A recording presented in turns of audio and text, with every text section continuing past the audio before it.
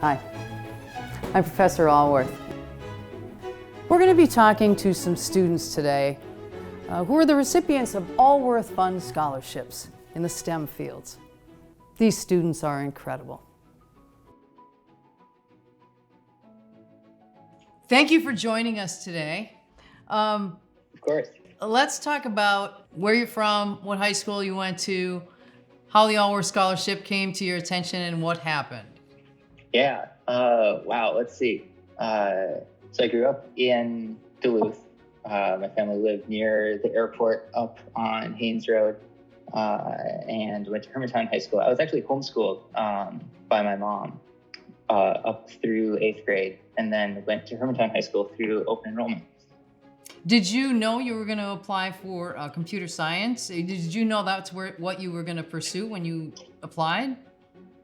I was pretty sure that I wanted to do something in STEM. My dad teaches like computer networking at Lake Superior College, and I was really into these Lego Mindstorm robotics sets as a kid, and I kind of knew that I wanted to do something like in that area, but I didn't have any very clear plan then.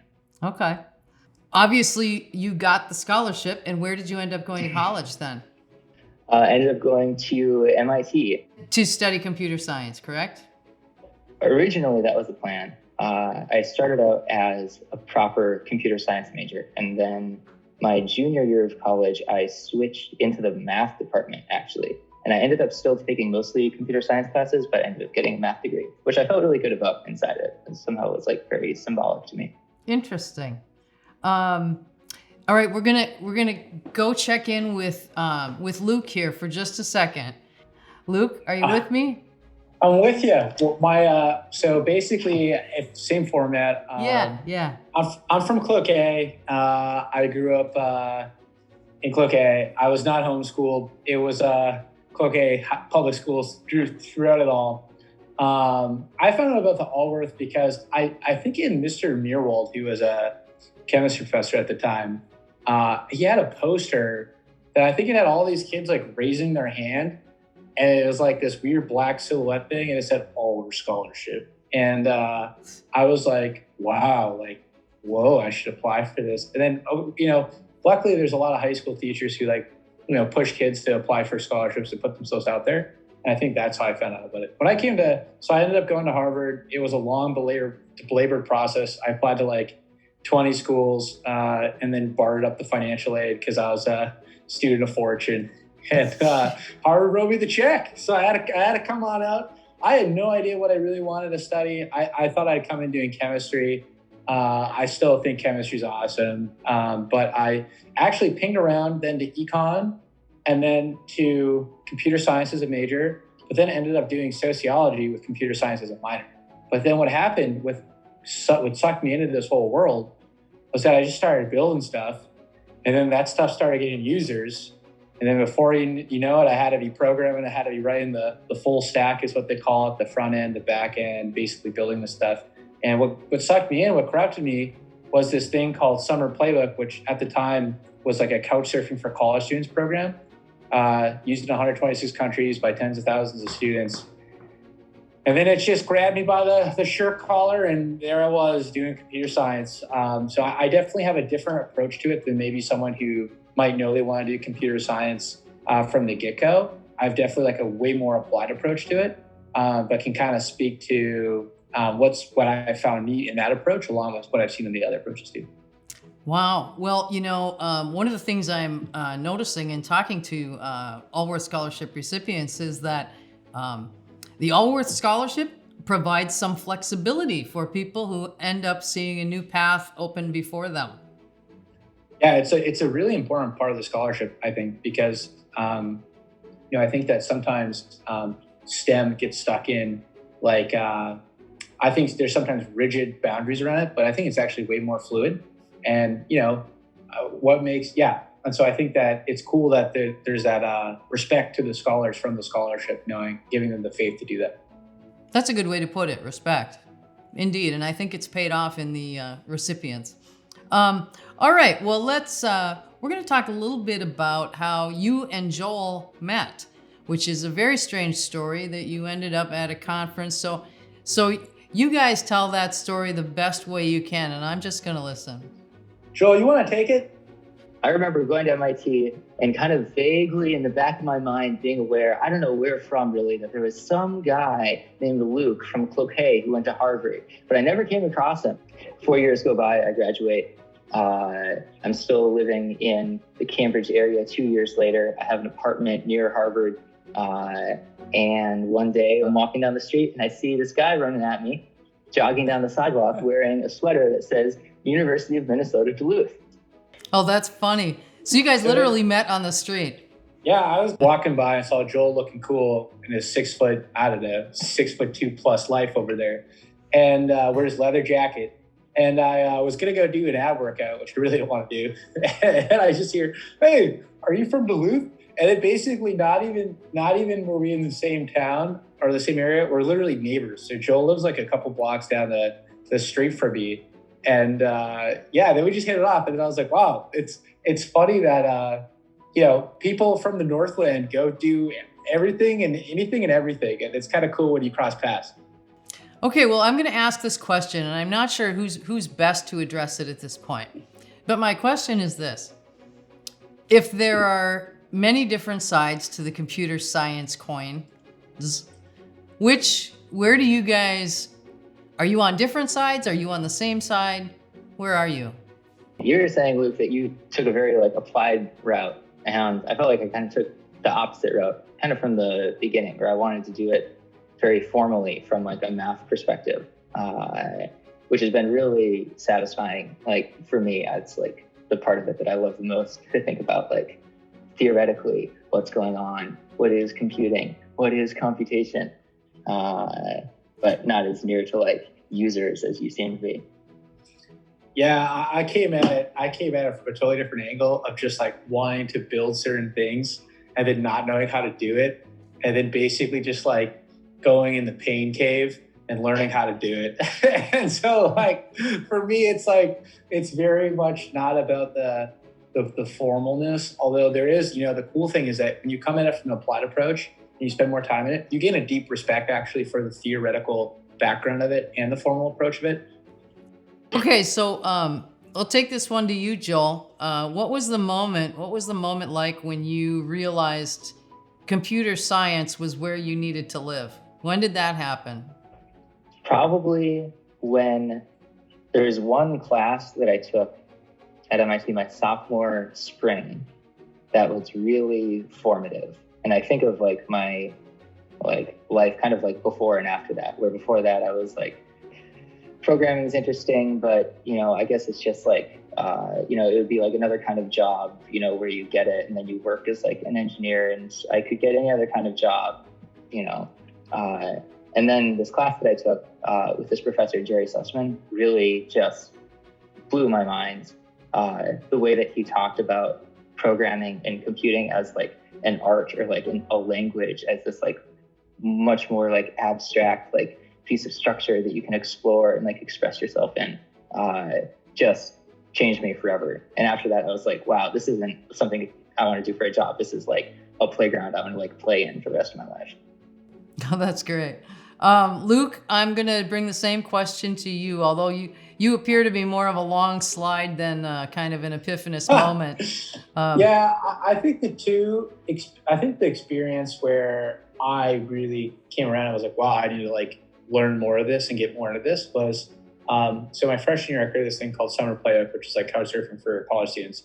And, I kept hearing the first version I did on a spreadsheet, keep it as low tech as possible. And I kept hearing all these crazy stories, people hanging out all over the world. My classmates were hanging out in Istanbul on it, Kansas, in like California. And I was like, oh man, this is awesome. And then I was like, I should probably make this not a spreadsheet and actually make this something that's like cool, like not like you lose the link or whatever. And so that really set me down the path. And then I think that following summer, I had come back from a website that I built and just saw all these people who had seen all these people who had used it and had a great time with it. And I was like, wow, like software is really cool, but the things that you can build with it and that the end of the tunnel of like what the experience you can create enabled by software, for me, was what was really interesting. The human connection, I think, at the end of it, of like, wow, I use this program that someone built and now have a friend in Hong Kong. Like that's what I think is pretty amazing. Because for me, I think the best moments in life don't happen on the screen, but the screen can definitely enable those kind of things to put you in a community and help you find friends, etc. So talk a little bit about what you're actually doing now. Yeah. So I'm in a crazy place. So basically, I raised money my senior year to run a startup. And so I've been on leave of absence from Harvard for a while, running this startup that has built all sorts of different things. I'm looking at our wall. We have like a bunch of different like things on the wall of what we built. So we built like college messengers to replace this app called GroupMe. We built 3D chat rooms. We built like a freight train API to make like having stuff move by freight easier. All sorts of different things. The thing that we've actually built most recently, which is getting acquired, which is kind of a fun process too, is this thing called Swipe House. So it's one of the biggest social networks for TikTokers out there. And so we were basically like, wow, people might want to meet through video. TikTok is a great place for people to have great video. Let's build that. So we built one of the biggest social networks for it. And because we have all like the superstar TikTokers on our platform, brands go through us to get on TikTok. So we have about 220 companies that have used us to get on TikTok. So we're making money, things are good. But I just don't know if I want to run an influencer business because it's become like an influencer agency. Post that, I'm not sure what I'll be up to. I mean, like there's a lot of really cool things that I think could be fun to explore. But I think the experience of starting a company to the end of selling a company is a really cool experience that gives you a neat perspective. Where, you know, I'm a student in so many dojos still, but it's at least a cool perspective you can bring to those dojos. It sounds like you're staying fluid. I'm staying fluid. Staying fluid. Joel, let's check in with you. I want to ask you the same question. What exactly are you doing now?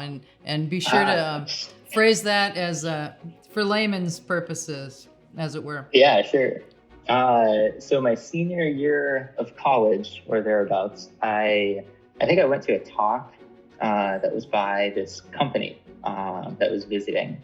And it was this like small startup company called Protocol Labs that makes a few different things. They have this like decentralized file system, which is their big open source project that they've been working on for a long time. And at the time they were developing a cryptocurrency called Filecoin, which was their next big project. And I talked to some of the people after the talk, so it seemed really cool. And it turned out that we had a lot of really similar like values and interests in like what kind of technology we wanted to see in the world and what kind of things we thought were interesting.